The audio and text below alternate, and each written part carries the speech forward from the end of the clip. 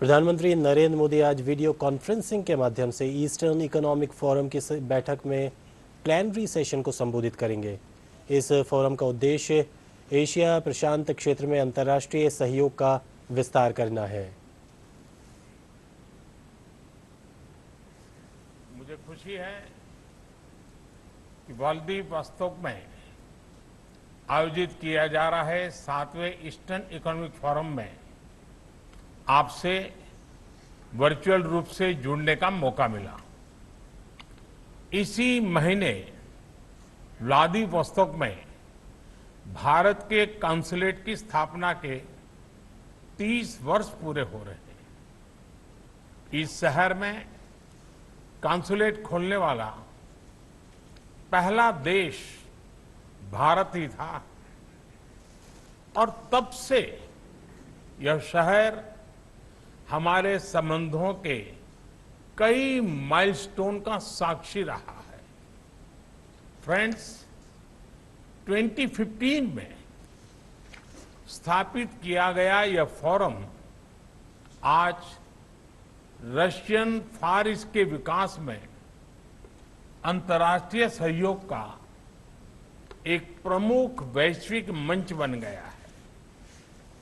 इसके लिए मैं राष्ट्रपति पुतिन की दूरदर्शिता का अभिनंदन करता हूं और उन्हें बधाई भी देता हूं।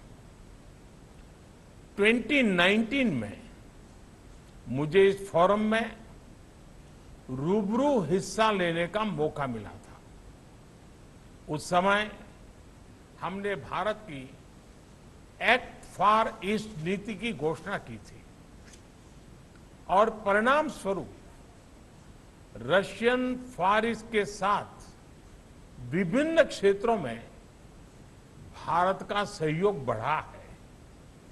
आज यह नीति भारत और रूस की special and privilege strategic partnership की एक प्रमुख स्तंभ बन गई है। फ्रेंड्स, चाहे हम इंटरनेशनल नॉर्थ साउथ कॉरिडोर की बात करें,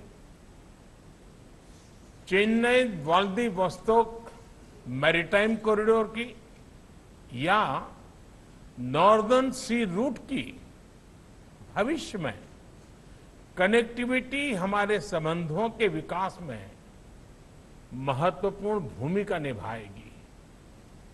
भारत आर्कटिक विषयों पर रूस के साथ अपनी भागीदारी को मजबूत करने के लिए इच्छुक है। ऊर्जा के क्षेत्र में भी सहयोग की अपार संभावनाएं हैं। ऊर्जा के साथ साथ भारत में फार्मा और डायमंड्स के क्षेत्रों में भी रशियन फार ईस्ट के महत्वपूर्ण निवेश किए हैं। रूस कोकिंग कोल की सप्लाई के माध्यम से भारतीय स्टील इंडस्ट्री के लिए एक महत्वपूर्ण भागीदार बन सकता है। हमारे बीच टैलेंट की मोबिलिटी में भी अच्छा सहयोग बन सकता है। भारतीय प्रतिभा ने विश्व के कई साधन संपन्न क्षेत्रों के विकास में योगदान दिया है।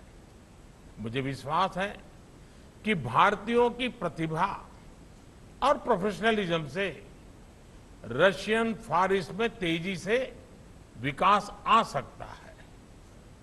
फ्रेंड्स, भारत के प्राचीन सिद्धांत वसुधैव कुटुंबकम ने हमें विश्व को एक परिवार के रूप में देखना सिखाया है। आज के ग्लोबलाइज्ड वर्ल्ड में विश्व के किसी एक हिस्से की घटनाएं पूरे विश्व पर प्रभाव पैदा करती है। यूक्रेन संघर्ष और कोविड महामारी से ग्लोबल सप्लाई चेन्स पर बड़ा असर पड़ा है। फूड ग्रेन, फर्टिलाइजर और फ्यूल की कमी विकासशील देशों के लिए बड़ी चिंता के विषय है। यूक्रेन संघर्ष की शुरुआत से ही हमने डिप्लोमेसी और डायलॉग का मार्ग अपनाने की आवश्यकता पर जोर दिया है।